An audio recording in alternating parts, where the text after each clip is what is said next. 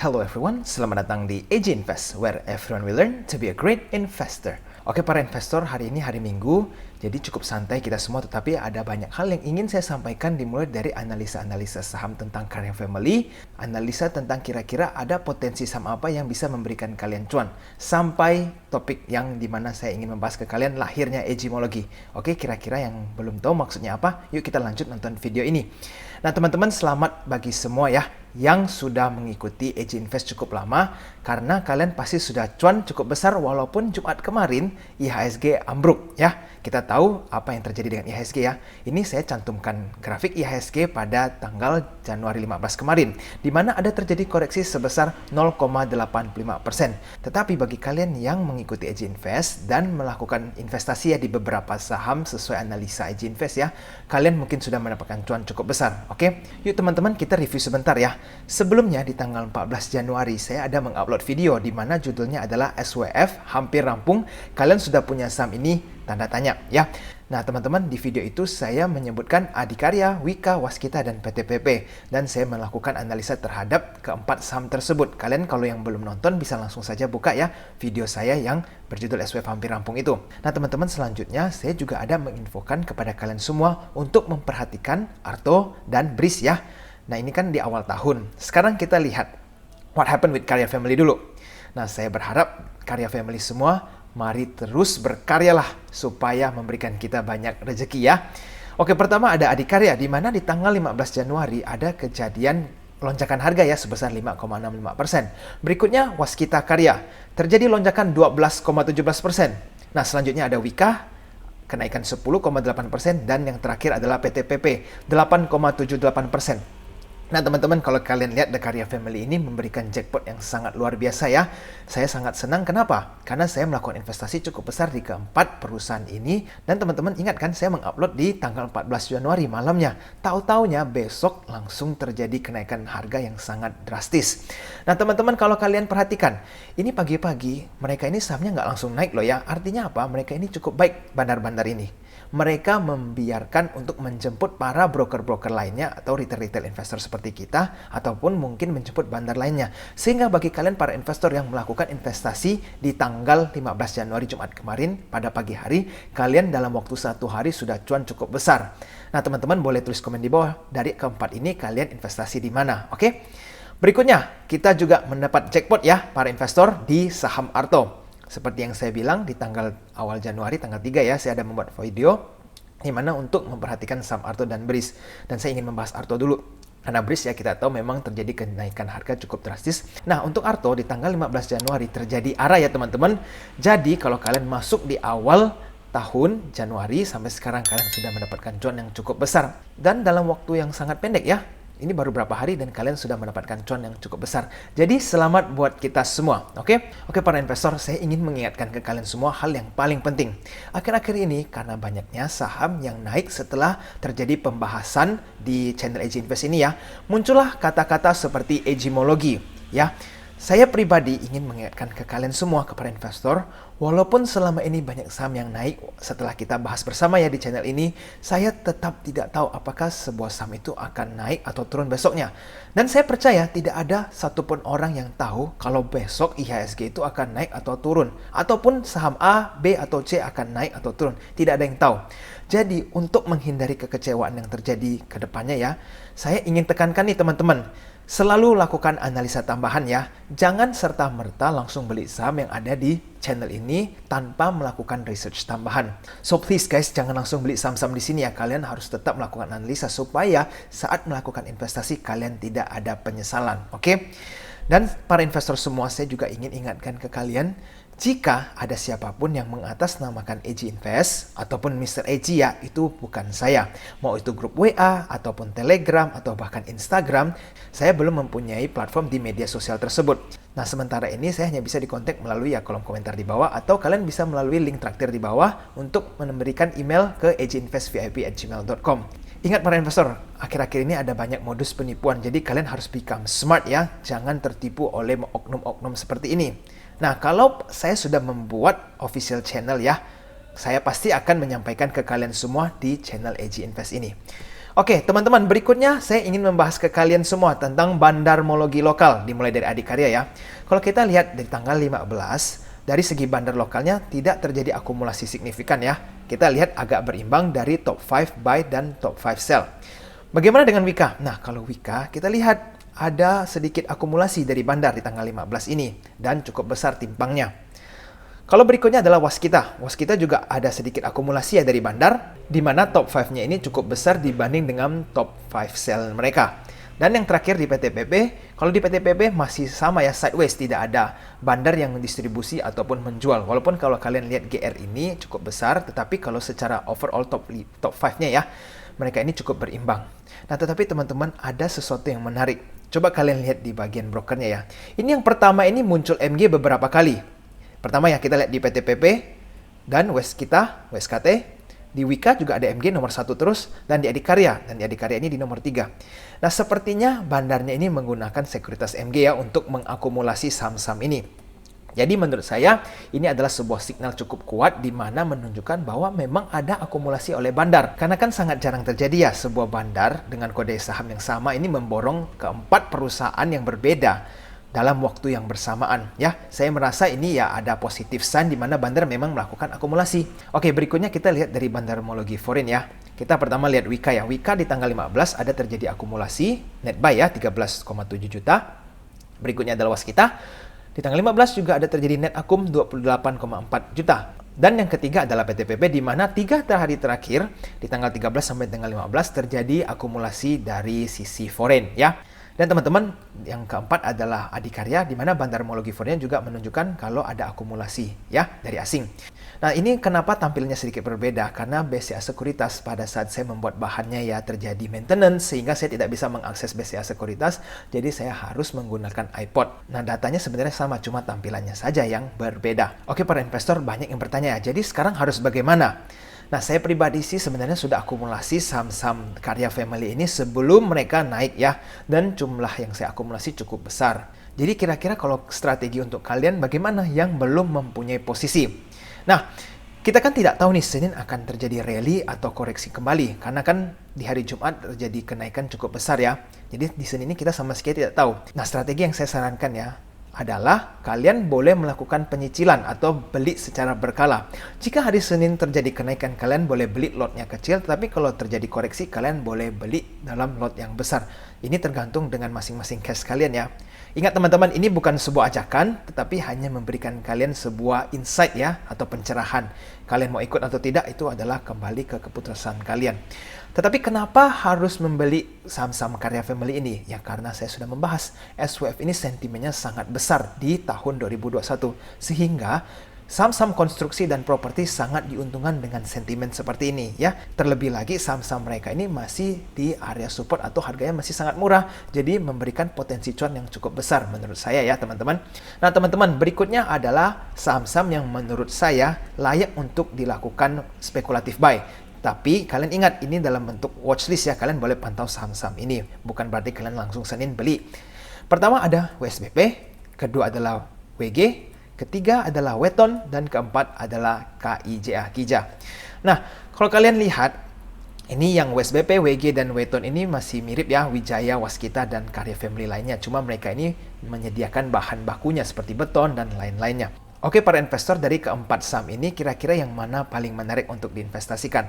Kalau menurut saya pribadi secara grafik, mungkin Kija yang paling menarik. Kenapa? Karena sekarang harganya Kija ini berada di garis support mereka. Kalau kalian lihat ya secara grafik, ada garis support yang kuat nih di harga 200. Dan sekarang mereka ada di garis support mereka. Sehingga potensi untuk rebound atau kembali ke atas ini sangat besar ya.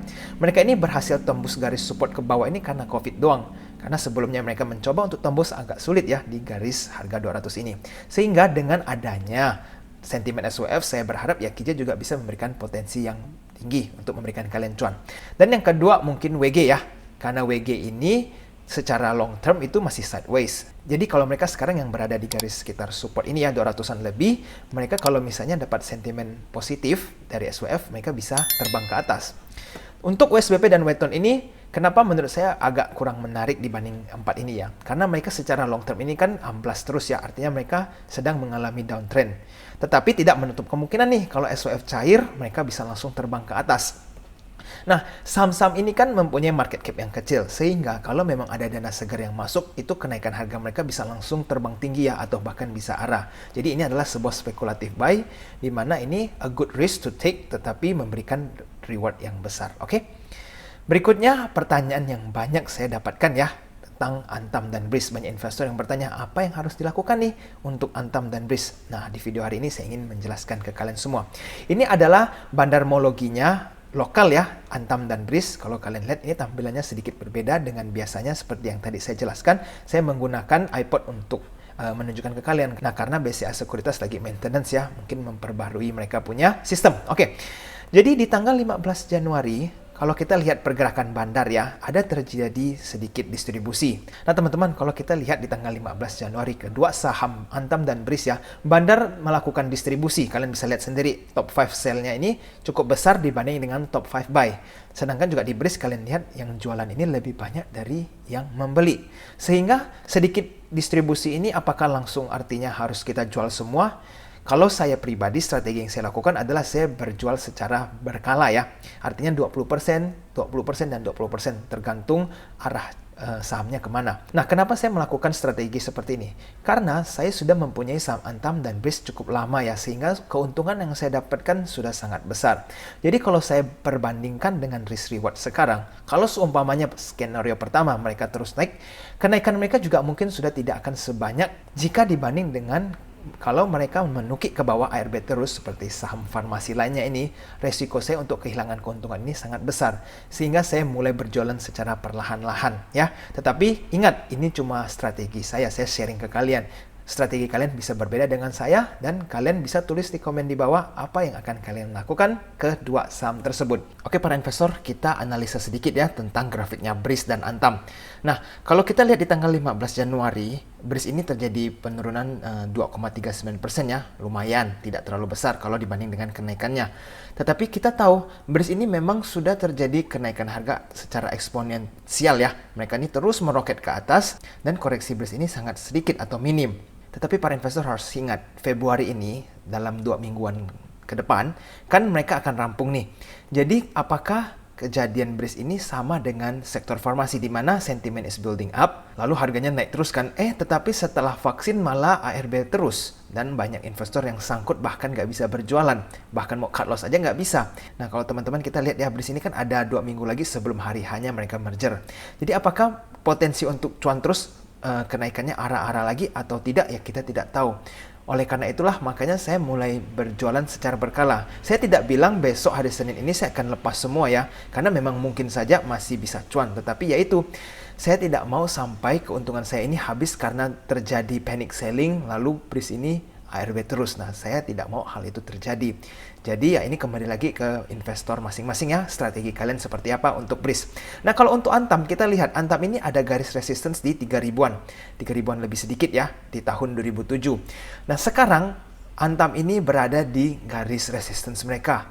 Ya, kalau kita lihat ya, seperti saya pernah bahas di video saya yang lama sebelumnya, kalau uang yang beredar sekarang ini pastinya jauh lebih banyak dibanding uang yang beredar di tahun 2008 masa lalu ya. Jadi kalau mereka bisa break resistance dari 3.000, mungkin saja bisa. Tetapi kalau menurut saya gasnya sudah tidak terlalu banyak, bahkan ada terjadi koreksi, yaitu menurut analisa saya ya. Sehingga untuk Antam, kita harus terus perhatikan harga nikelnya. Kalau memang nikel ada terjadi koreksi harga turun ya istilahnya, ya bisa saja Antam ini koreksi. Jadi bagi kalian yang kepingin melakukan hold ya, karena misalnya belum cukup, ya itu silahkan, itu pilihan kalian. Tetapi kalau kalian yang sudah untung banyak sekali, bahkan ratusan persen dari Antam, tidak ada salahnya untuk melakukan partial TP atau TP sedikit. Karena ya kalian sudah dikasih untung yang besar, kenapa harus tamak ya istilah atau serakah untuk mendapatkan lebih. Ya, kalian sendiri bisa melihat risk ratio-nya berapa. Dan bagi kalian yang kepingin beli nih Antam di harga 3.000, kalau misal seumpamanya mereka naik sampai 4.000, keuntungan kalian berapa sih? Dibanding kalau misalnya mulai balik arah, kembali ke harga sebelumnya, ini kan bahaya sekali ya resikonya. Jadi ya kalian yang menghitung risk dan reward kalian. Nah, saya ingin quick update nih tentang BRIS. Kita lihat yuk berita yang satu ini, teman-teman. Oke, jadi ini adalah berita yang saya ambil dari kompas.com, di mana judulnya adalah Ustaz Yusuf Mansur beberkan penipuan saham BRIS yang catut namanya. Jadi kalau kalian baca di berita ini ya, ada terjadi sedikit penipuan di mana ada yang menggunakan atas nama Pak YM ini mengatakan untuk melakukan akumulasi atau pembelian BRIS lah. Kalian bisa baca selengkapnya.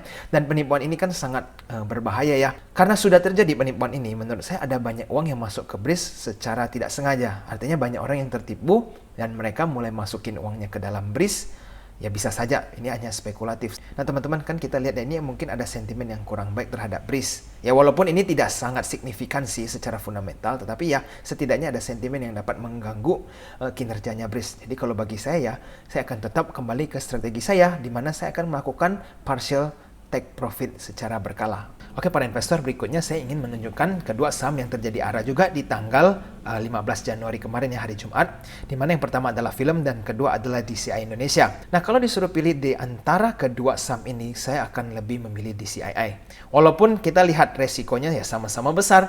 Kalau DCII, kalau misalnya besok saja hari Senin bisa langsung amblas terus ARB ya saya juga tidak tahu. Begitu juga dengan film. Kalau kalian lihat film, mereka ini mulai IPO sekian lalu naik terus terjadi penurunan setelahnya ya, dan baru akhir-akhir ini terjadi arah dalam waktu 1 hari ini. Tetapi apakah dia akan melanjut arah? Tidak ada yang tahu. Cuma kalau dari segi sentimen DCII ini jauh lebih baik. Kenapa? Kita lihat film ini kan industri yang dimana memproduksi film ya, MD Pictures kita tahu. Dan mungkin saja nih orang-orang mulai banyak nonton karena work from home atau masih PSBB, sehingga mungkin omset mereka naik. Tetapi sentimen yang secara khusus terhadap film ya saya tidak melihatnya ya, saya belum melihatnya. Nah kalau dibanding dengan DCI Indonesia di mana ini bidangnya adalah teknologi, nah saya kan sangat suka dengan saham-saham teknologi. Nah kalau saya sendiri, saya ingin mencoba nih untuk mencari posisi di saat DCII terjadi koreksi, atau kalau memang nggak ada koreksi ya mungkin saya akan melakukan spekulatif buy terhadap saham ini. Tetapi ingat, ini hanya pendapat saya, kalian boleh beli atau tidak ke saham-saham ini, oke? Nah teman-teman, bagi kalian yang belum menonton video saya di tanggal Januari 14 ini ya, dengan judul SWF Hampir Rampung, saya sarankan kalian boleh segera nonton, karena di situ saya menjelaskan cukup banyak ya mengenai The Karya Family ini, beserta saya ada menyebutkan beberapa saham yang kira-kira kalian boleh perhatikan untuk ditaruh ke watchlist kalian. Oke para investor, saya juga ada melihat di kolom komentar ada banyak yang menyebutkan untuk melakukan pembahasan order book. Nah saya kira saya akan mencari timing yang tepat untuk membahas secara fokus ya di video-video saya selanjutnya. Di video kali ini sudah cukup panjang, saya tidak mau videonya jadi kepanjangan. Nah saya akan mencari waktu yang baik ya, kira-kira kapan untuk melakukan pembahasan khusus tentang order book ini. Dan para investor, bagi kalian yang nonton video ini sampai di sini, jangan lupa untuk tekan tombol like-nya ya, dan subscribe channel AJ Invest supaya kalian terus terupdate dengan ilmu-ilmu saham terbaru dan berita-berita seputar saham. Yang tentunya kalian juga bisa mendapatkan potensi cuan dengan adanya analisa bersama AJ Invest. Oke, ready for tomorrow teman-teman? Kita lihat ya IHSG arahnya akan kemana. Oke teman-teman, sampai di sini dulu ya. I'll see you again next time. Bye-bye.